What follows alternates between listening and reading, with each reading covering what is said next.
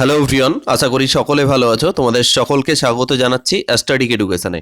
আজকে যে বিষয়টা নিয়ে আলোচনা করব সেটা হচ্ছে ত্রিপুরা টেট, যেটা লাস্ট 2022-এ এক্সামটা হয়েছে, তারপরে 23-এ এবং 24-এ হয়নি, 25-এ এক্সামটা হচ্ছে। তার আজকে পেপার 2 অর্থাৎ আপার প্রাইমারি লেভেলের সিডিপি 30খানা প্রশ্ন নিয়ে আলোচনা করব। লাস্ট অবধি দেখো, 2022-এ কোশ্চেন্স কিন্তু যথেষ্ট টাফ এসেছিল এবং প্রত্যেকটা অপশানকে আমি সুন্দর করে বুঝিয়ে দেবো, ঠিক আছে? আর এই কোশ্চেনটা আমাকে ত্রিপুরারই একজন স্টুডেন্ট, যে আমাদের সঙ্গে প্রিপারেশন করে পেড ব্যাচে, সে আমাকে দিয়েছে, সহযোগিতা করেছে। তার জন্য তাকে আমরা এই ভিডিওর মাধ্যমে চ্যানেলের পক্ষ থেকে এবং আমার পক্ষ থেকে তাকে ধন্যবাদ জানাচ্ছি।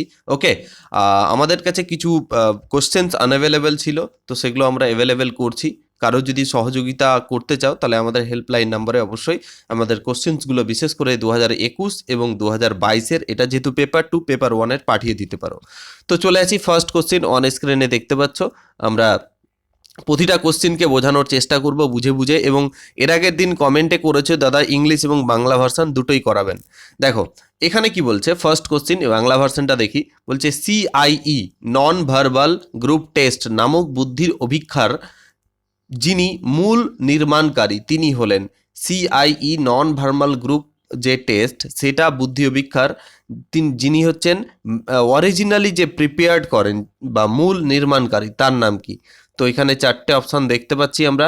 হ্যাঁ, জেপি গিলফোর্ড, তারপরে বলছে জেডব্লিউ জেনকিংস, আর অপশান সি বলছে জিএইচ থমসন, আর অপশান ডি এদের মধ্যে কেউ না। তো চারটে অপশান আছে, এই চারটে অপশানের মধ্যে এই প্রশ্নের উত্তর কি হবে, এটাকে মক টেস্ট আকারে দেওয়ার চেষ্টা করো। হ্যাঁ, এবং আগের ক্লাসগুলো যারা করনি তারা অবশ্যই করে নেবে, আমি প্লেলিস্ট সাজিয়ে দিয়েছি। বলো এর উত্তর কি হবে? যারা রেকর্ডেড দেখবে তারাও কিন্তু আনসার করবে, ঠিক আছে? তাহলে এর কারেক্ট আনসার হয়ে যাবে option B is the correct answer. Okay, very good. JW Jenkins CIE non verbal group টেস্টের কি বলবো, প্রতিষ্ঠাতা। আচ্ছা, এখানে একটা কথা বলে নি, গিলফোর্ড কি, গিলফোর্ড 3 ডাইমেনশনাল যে থিওরি বুদ্ধির জন্য, তিনি এটা দিয়েছেন, তো এটা মাথায় রাখবে। ওকে, চলে আসি এখানে পরের প্রশ্ন কি বলছে, ব্যক্তিত্ব যার উপজাত ফল হিসেবে গড়ে ওঠে তা হলো। হ্যাঁ, বেসিক্যালি ইংলিশটা দেখি। Personality is the product of, option A heredity and environment, option B education and intelligence, option C habit and attitude, option D none of the above. তাহলে পার্সোনালিটি কিসের product? A B C D এর মধ্যে কোনটা হয়ে যাবে সঠিক উত্তর? এটা এর আগেও করিয়েছি আমি, যেহেতু আমি 15 থেকে করাচ্ছি সমস্ত কোশ্চেন্সগুলোকে, তো এর আগেও করিয়েছি। তাহলে এর সঠিক উত্তর কি হয়ে যাবে? তাহলে এর সঠিক উত্তর হয়ে যাবে অপশান এ, যারা বলেছে একেবারে সঠিক, heredity and environment. Okay, option A is the correct answer. Heredity and কি বললাম sir, environment is the correct answer. Next question চলে আসি, পরের কোশ্চেন। ওকে, দেখো ইলেক্ট্রোমরফিক টাইপ অফ পার্সোনালিটি এর বৈশিষ্ট্য কি? ইলেক্ট্রোমরফিক টাইপ অফ পার্সোনালিটির বৈশিষ্ট্য কি? এই কোশ্চেনটা যথেষ্ট কঠিন টাইপের প্রশ্ন, মানে যে কেউ পারবে না। এই টাইপের প্রশ্ন ত্রিপুরাতেই হয়, বিশেষ করে না সিটেডে হয়, West Bengal TET, Assam TET বা আদার্স স্টেট টেটেও এই টাইপের কোশ্চেন দেওয়া হয় না কিন্তু। বলো এর কারেক্ট আনসার কি হয়ে যাবে? হ্যাঁ, একটোমরফিক টাইপ অফ পার্সোনালিটি কি হয়ে যাবে? Option A joyful and sociable, option C pessimistic and unsociable and reserve, আর option D bad tempered and sad. তাহলে এটা হচ্ছে অ্যাক্টোমরফিক টাইপ অফ পার্সোনালিটির মধ্যে পড়ছে pessimistics unsocialable and reserve. Pessimistics unsocialable and reserve, অর্থাৎ option B is the correct answer. হ্যাঁ, option B is the correct answer, এটা মাথায় রেখো। নেক্সট কোশ্চিন, পরের প্রশ্নতে চলে যাই। কি বলছে, ব্যক্তিসত্তার তথ্য নির্দেশ করতে গিয়ে কোন ব্যক্তিসত্তা বিষয়ক তাত্ত্বিক ট্রেট অ্যাপ্রোচের কথা বলেন? অর্থাৎ বলতে চাইছেন যে who is the personality theorist who adopted trait approach in the providing the theory of personality. হ্যাঁ, থিওরি অফ পার্সোনালিটিতে ট্রাইট অ্যাপ্রোচের কথা কে বলেছেন? অ্যারিস্টোটল, হ্যাঁ, হিপোক্র্যাটস অ্যান্ড সেলডন, আর অপশান ডি বলছে নান অফ দিস। তাহলে এদের মধ্যে কে বলেছেন ট্রাইট এই অ্যাপ্রোচের কথা? চারটে অপশান রয়েছে, এই চারটে অপশানের মধ্যে কে কে হয়ে যাবে কারেক্ট আনসার বলো? তাহলে সঠিক উত্তর হয়ে যাবে অবশ্যই, সঠিক উত্তর কি? Option D is the correct answer. Because কেন ডি উত্তর? কারণ এই কথাটা যিনি বলেন তিনি হচ্ছেন জি অ্যালপট। জি এ দিয়ে আমি ডিফাইন করছি, জি অ্যালপট বলেন। এর আগেও এই নামটা শুনেছো, জি অ্যালপট তিনি ট্রেট বা ট্রাইট অ্যাপ্রোচের কথা উল্লেখ করেন পার্সোনালিটিতে। নেক্সট কোশ্চিন, পরের প্রশ্ন দেখো। পরের প্রশ্ন কি বলছে, Rorschach Rorschach ink blot test, Rorschach ink blot test হলো কি? রডসা ইঙ্ক ব্লড টেস্ট হলো অপশান এ ব্যক্তিসত্তার মূল্যায়নের নন প্রেজেক্টিভ কৌশল, অপশান বি ব্যক্তিসত্তার মূল্যায়নের অ্যাডমিনিস্ট্রেটিভ কৌশল, অপশান সি ব্যক্তিসত্তার মূল্যায়নের প্রজেক্টিভ কৌশল, অপশান ডি এদের কোনোটি না। এটা কিন্তু তুমি যদি 2015 থেকে 2019 অবধি আমার যে প্রিভিয়াস ইয়ারের কোশ্চিনটা দেখে যদি থাকো, তাহলে তোমরা স্পষ্টই বুঝতে পারবে যে এই কোশ্চিনগুলো আমি করিয়েছি। হ্যাঁ, এই কোশ্চিনসগুলো ইজি করিয়েছি। তাহলে এর কারেক্ট আনসার কোনটা হয়ে যাবে? পাঁচের হয়ে যাবে অবশ্যই। Very good. ব্যক্তিসত্তার মূল্যায়নের প্রজেক্টিভ কৌশল, অবশ্যই এটা পার্সোনালিটির সাথে যুক্ত এবং এটা প্রজেক্টিভ কৌশলের সাথে যুক্ত, এটা অলরেডি করিয়েছি।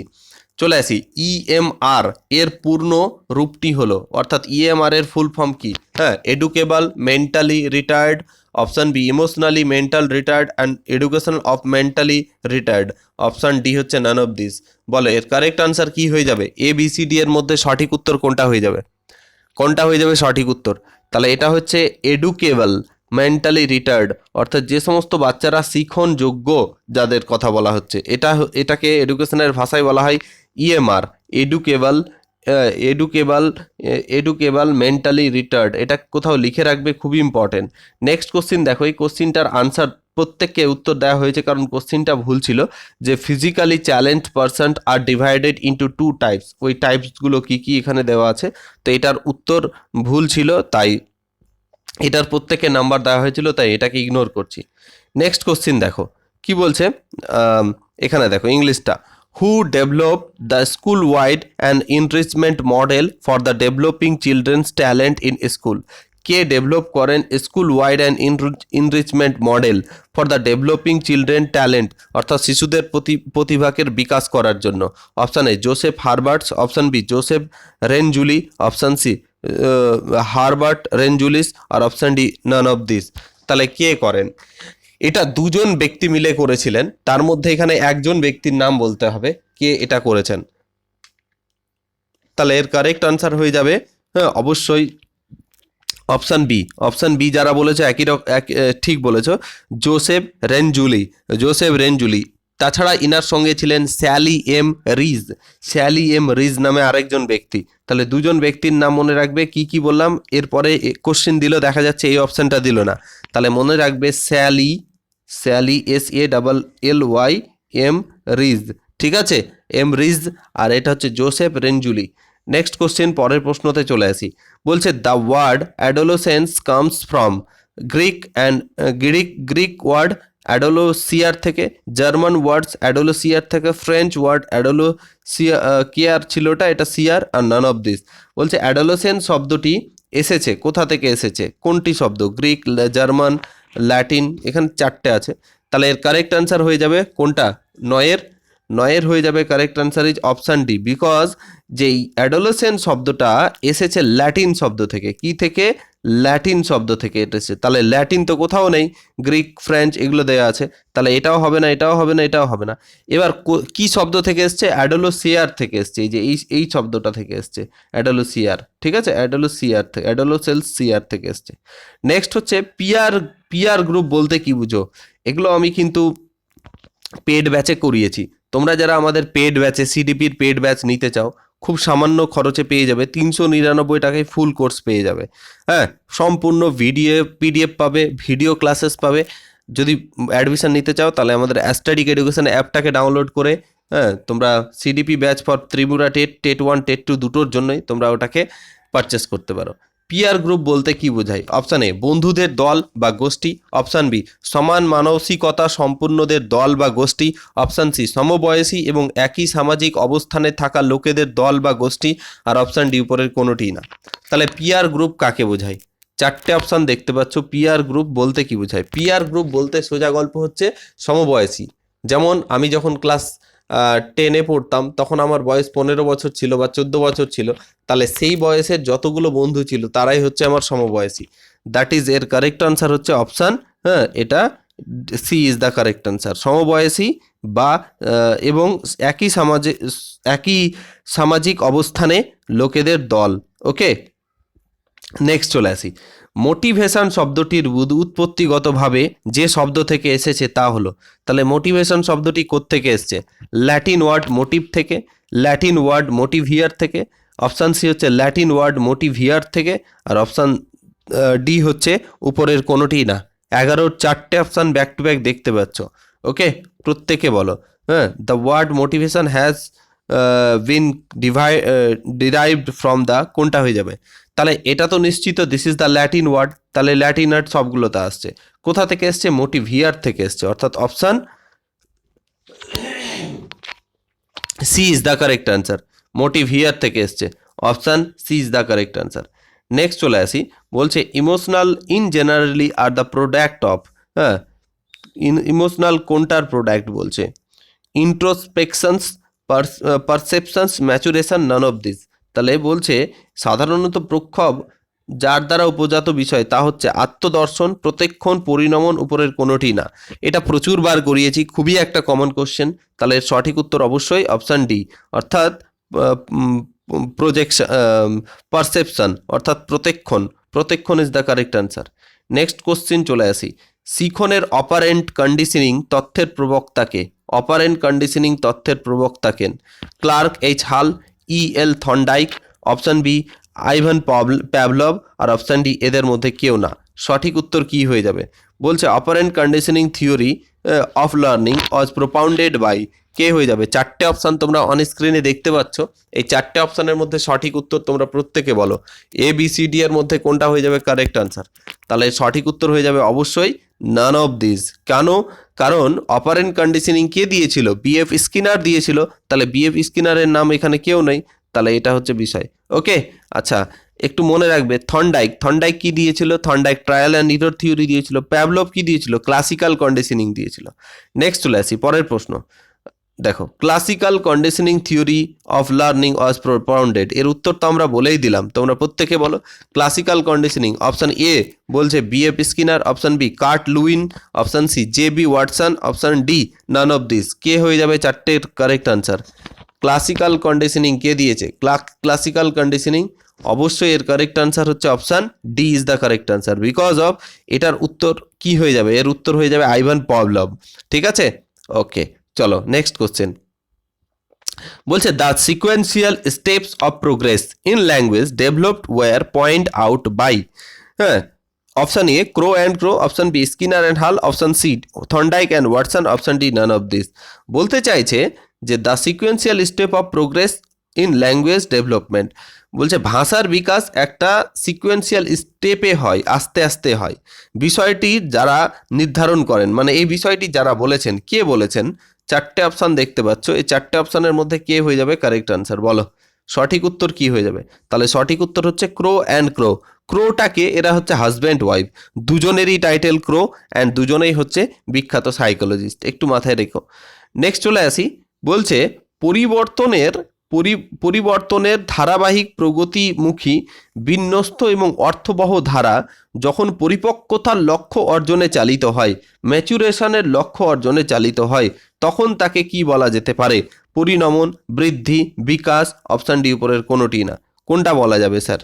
বলো, পরিবর্তনের ধারা প্রগতিমুখী হয় বা উন্নতি হয়, বিন্যস্ত হয়, অর্থসহ হয় এবং পরিপক্কতার অর্থে লক্ষ্যে অর্জিত হয়, তাহলে এটাকে কি বলা যাবে? এটাকে বলা হবে অবশ্যই ডেভেলপমেন্ট, বিকাশ। বিকাশ is the correct answer. Okay, যখন, আচ্ছা, এটা কোশ্চিন চলে আসি, খুবই একটা ভালো প্রশ্ন। এটা কোশ্চিনটা মানে মন ছুঁয়ে গেছে সত্যি কথা বলতে, এবং খুবই সহজ প্রশ্ন, ভাষায় প্রকাশ করেছে। বলছে যখন একটি শিশুর মানসিক বয়স তার দৈহিক বয়স দিয়ে ভাগ করে সেই ভাগফলকে 100 দিয়ে গুণ করা হলো, তখন তার ফলকে কি বলা হবে? মানসিক বয়স এম এ, হ্যাঁ, দৈহিক বয়স সি এ, যেটা ক্রোনোলজি গুণিত 100, তাহলে এটাকে কি বলা হবে? ই কিউ, এ কিউ, না এম কিউ, না option D none of this. তাহলে এতক্ষণে আই থিঙ্ক উত্তর করা হয়ে গেছে। অবশ্যই এটা হচ্ছে none of this according to questions, option D is the correct answer, উপরের কোনোটি না। বিকজ এটা কার ফর্মুলা? এটা আইকিউ এর ফর্মুলা, তাহলে আইকিউ তো কোথাও নেই, তাহলে সঠিক উত্তর হচ্ছে অপশান ডি। ওকে, আচ্ছা, চলে আসি। বৃদ্ধি ও বিকাশের হার অভিন্ন হয়, মানে সমরূপ নয়। সরি, অভিন্ন নয় বা সমরূপ নয়, হ্যাঁ, অভিন্ন বা সমরূপ। অপশান ডি প্রকৃতিগতভাবে সম্পূর্ণ বিপরীত, আর অপশান ডি উপরের কোনোটি না। বৃদ্ধি আর বিকাশের হার কেমন হবে বলো, কেমন হবে? মানে একই রকম নয়, সমরূপ নয় মানে একই রকম নয়, অভিন্ন মানে একই রকম, যতটা বিকাশ ততটা বৃদ্ধি। আর নেক্সট হচ্ছে প্রকৃতিগতভাবে এরা বিপরীত, যে এটা বাড়লে ওটা কমবে, ওটা কমলে এটা বাড়বে, আর অপশান ডি উপরের কোনোটি না। তাহলে সঠিক উত্তর কোনটা হয়ে যাবে এর কারেক্ট আনসার? এর কারেক্ট আনসার হয়ে যাবে option A is the correct answer. Okay, অর্থাৎ অভিন্ন নয় বা একই রকম নয়। ওকে, তাহলে option A is the correct answer. Next, মানব জীবনের বিকাশ হলো, মানব জীবনের বিকাশ হলো কি? অনিশ্চিত, অনুমানযোগ্য নয়, অনুমানযোগ্য, আর অপশান ডি কোনোটি না। মানব জীবনের বিকাশ কোনটা? মানব জীবনের বিকাশ এদের মধ্যে কোনটা হচ্ছে? দেখো, আমরা এই যে সাইকোলজি কেন পড়ছি, কারণ আমরা কিন্তু বাচ্চাদের বিকাশ সম্পর্কে অলরেডি জানি বা জানতে পারি আগে থেকে, সেই জন্য। তাই যে কোনো মানুষের যে বিকাশ সেটা অবশ্যই একটা অনুমান, প্রেডিক্টেবল, হ্যাঁ, অনুমানযোগ্য। এটা মাথায় রেখো, option C is the correct answer. Next question চলে আসি, খুবই একটা ভালো প্রশ্ন, হ্যাঁ, ইংলিশটাকে দেখি। বলছে on an average at birth a human baby measure about, মানে বলতে চাইছে একটা শিশু যখন জন্মগ্রহণ করে তার গড় পর্তা কি পরিমাপ হয়? চারটে অপশান দেখতে পাচ্ছি এখানে। প্রথম অপশানটা কি বলেছে, যে উচ্চতা 30 থেকে 35 সেমি এবং ওজনে 3 থেকে 6 কেজি হয়। অপশান বি বলছে উচ্চতা 40 থেকে 45 সেমি, ওজনে 2 থেকে 3 কেজি হয়। অপশান সি বলছে উচ্চতা 50 থেকে 60 সেমি, ওজনে 4 থেকে 5 কেজি হয়। অপশান ডি কোনোটিই না। এই টাইপের প্রশ্ন জেনারেলি দেই না, বাট টেটে দিয়েছে। তাহলে বলো, গড় পর্তা জন্মের সময় একজন শিশুর মানে বয়স মানে ওজন কত হয়, পরিমাপ কত হয়? তাহলে এটা মাথায় রাখবে, এর কারেক্ট আনসার হবে নান অফ দিস, উপরের কোনোটি না, উপরের কোনোটি না। কারণ এর অরিজিনাল তুমি যদি দেখো, এটা হবে 2.5 কেজি থেকে 4.5 কেজির মধ্যে থাকে। তাহলে 2.5 কেজির মধ্যে 4.5 কেজি যদি বলি, তাহলে অপশান এ তো হচ্ছেই না, হ্যাঁ, 2.5 থেকে 4.5 বলেছে, তাহলে এটাও আসছে না, এটাও আসছে না, তাহলে কোনোটাই হচ্ছে না নান অফ দিস। এবং এর উচ্চতা মানে কত হয়, 48 থেকে প্রায় 51 সেমির মধ্যে থাকে, হ্যাঁ, উচ্চতা। তাহলে এই রেঞ্জে কোনোটাই আসবে না। তুমি যদি দেখো এটা 30-35 তো কোনোদিনও হবে না, এটা 40 থেকে 45 এটাও হচ্ছে না। তাহলে এটা হতে পারতো, কিন্তু 48 থেকে নাই, বাট ওজনে মিলছে না। তাহলে এরকম ব্যাপারগুলো আছে। তাহলে নান অফ দিস হচ্ছে correct answer of this question. Okay, next, খুব ভালো একটা প্রশ্ন। বলছে বংশগতির সাথে theory of continuity of German plasm এর প্রবক্তা হলেন কে? হ্যাঁ, বংশগতির সাথে সম্পর্কিত theory of continuity of germ plasm এর প্রবক্তা হলেন কে? ডারউইন, হ্যাঁ, হুইসম্যান, প্যাভলভ, অপশান ডি কেউ নয়। তাহলে কোনটা হয়ে যাবে কারেক্ট আনসার? প্রত্যেকে বলো, কোনটা হয়ে যাবে কারেক্ট আনসার? এ বি সি ডি এর মধ্যে কোনটা সঠিক উত্তর হবে? তাহলে এটা মাথায় রাখবে, তিনি একজন জার্মান সাইকোলজিস্ট ছিলেন, হ্যাঁ, জার্ম থেকে তুমি বুঝতে পারবে জার্মান সাইকোলজিস্ট ছিলেন। তিনার নাম হচ্ছে কে? August Weismann, August Weismann, option B. এনার নাম হচ্ছে August Weismann, option B is the correct answer. Next question, খুব একটা ভালো প্রশ্ন, খুব খুব খুব ভালো প্রশ্ন। কি বলছে sir? The environment is everything that effects the individual except his জিনিস, মানে এই কথাটি কে বলেছেন? ইনভায়রনমেন্ট, পরিবেশটাই সব কিছু, হ্যাঁ, পরিবেশটাই এভরিথিং দ্যাট এফেক্টস, অবশ্যই একটু এফেক্টও করে প্রত্যেকটা বাচ্চার জন্য, জিন ছাড়া। তিনি এখানে অ্যাকচুয়ালি পরিবেশবাদীদের কথা বলতে চেয়েছেন, ঠিক আছে? Environment is everything that affects the individuals. Okay, যে কোনো শিশুর বা যে কোনো মানুষের ইনভায়রনমেন্ট, পরিবেশটাই তার উপর ডিপেন্ড করে, জিনের উপর ডিপেন্ড করে না, অর্থাৎ বংশগতির উপর ডিপেন্ড করে না। এরা কারা, কে বলেছেন? Option A Wordsworth and Marquis, option C Douglas and Holland, option C Boring, Langfeld and Weld, আর অপশান ডি এদের কেউ না। তো এই কোশ্চেনটা খুবই ভালো প্রশ্ন, হ্যাঁ, বলো। এটার সমর্থককারী হলেন বোরিং, ল্যাংফিড অ্যান্ড উইড, অর্থাৎ অপশান সি, হ্যাঁ, উইল্ড। তাহলে এর correct answer option C is the correct answer. দেখো, বলছে লিভ ভাইগটস্কি ছিলেন একজন, কে ছিলেন? সুইস মনোবিজ্ঞানী, জার্মান মনোবিজ্ঞানী, আমেরিকান মনোবিজ্ঞানী, অপশান ডি কোনোটি না। লিভ ভাইগটস্কি কে ছিলেন? এটাও এর আগেও আমরা পড়িয়েছি এই কোশ্চেনটা, তবু আর একবার পড়িয়ে দিই। তাহলে লিভ ভাইগোটস্কি ছিলেন একজন, option D none of this. কেন? কারণ তিনি একজন ছিলেন রাশিয়ান সাইকোলজিস্ট। কি বলবো, রাশিয়ার সাইকোলজি। তিনার যা থিওরি সেটা হচ্ছে social constructivism theory, that is social কনস্ট্রাকটিভিজমের মানে কি, মানে হচ্ছে সামাজিক নির্মিতিবাদ। আচ্ছা, এখানে দেখো এই টাইপের প্রশ্ন শুধুমাত্র ত্রিপুরা টেটে আসতে পারে, অন্যান্য কোথাও আসবে না। পিঁয়াজের পুরো নাম কি? পিঁয়াজের পুরো নাম কি? অপশান এ বলছে Jean William Fritz Piaget, option B বলছে John William Forest Piaget, option C বলছে যে William মার্কিউস Piaget.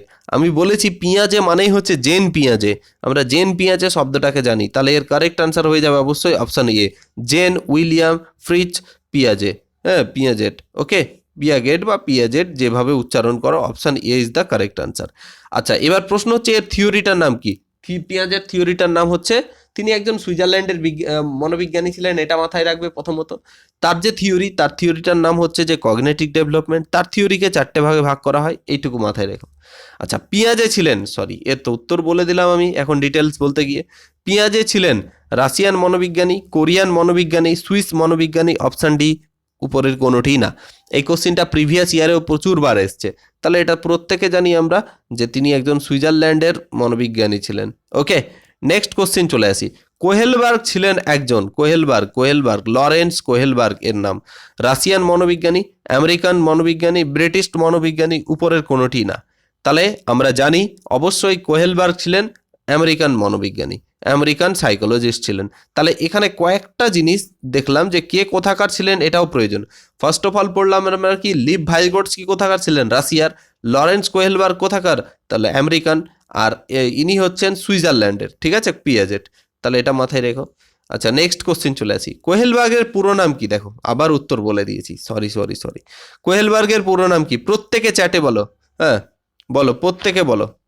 Wilhelm Kohlberg, William Kohlberg, Lawrence Kohlberg, option D উপরের কোনোটি না।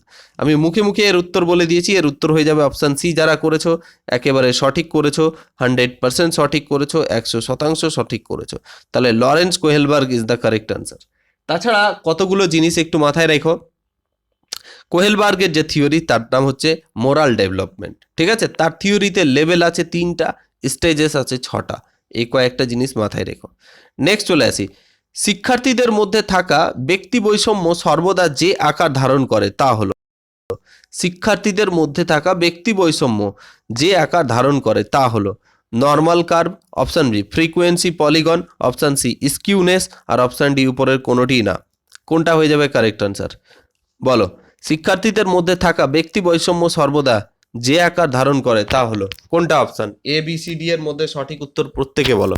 তাহলে এ বি সি ডি এর মধ্যে সঠিক উত্তর হয়ে যাবে অবশ্যই নর্মাল কার্ভ, ঠিক আছে, নর্মাল কার্ভ। এর আরও একটা নাম আছে, এটা মাথায় রাখবে। অনেক সময় এরপরে যখন পরীক্ষা দেবে এই কোশ্চিনটাই নাম চেঞ্জ করে দিল, বেল কার্ভও বলা হয়, BLL bell curve, CURVE curve, এটাকে বেল কার্ভও বলা হয়, একটু মাথায় রাখবে। নেক্সট চলে আসি। বুদ্ধির অভিক্ষা গঠন আন্দোলনের জনক বলে কাকে অভিহিত করা হয়? খুবই একটা ভালো প্রশ্ন। Who is the consider to be the father of intelligent test constructions movement? তাহলে কে হয়ে যাবে? অপশান এ বলছে PE Vernon, option B LL Thurstone, option C GH Thomson, option D উপরের কোনোটি না। তো 4টে অপশান দেখতে পাচ্ছ, কাকে বলা হচ্ছে ইন্টেলিজেন্ট টেস্টের ফাদার বা মুভমেন্ট গড়েছিলেন প্রথম কে? তাহলে 4টে অপশানের মধ্যে সঠিক উত্তর হয়ে যাবে option D is the correct answer. Because of এর কারেক্ট আনসার হওয়া উচিত অ্যালফ্রেড বিনেট।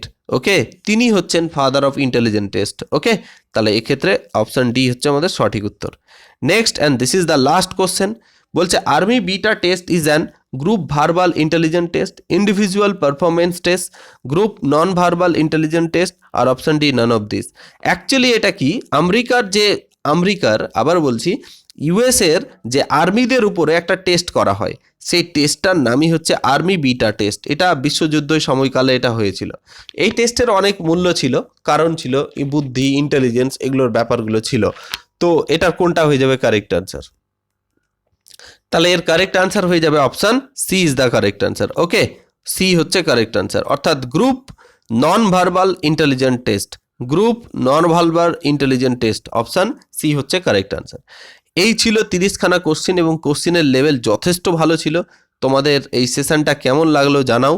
আর তোমাদের সকলকে ধন্যবাদ, অনেক ভালোবাসা দিচ্ছ আমাদের ভিডিওটা। অবশ্যই আমি বলবো যদি ভালো লাগে তাহলে লাইক করো, একটা কমেন্ট করে যেও যে দাদা ভালো লাগছে, এবং বন্ধুদের সঙ্গে আমাদের চ্যানেলটা সাবস্ক্রাইব করো। এরপরের ক্লাসে অন্য কোনো ভিডিওতে দেখা হবে। Thank you for watching this video. পরবর্তী ক্লাসে আবার দেখা হবে।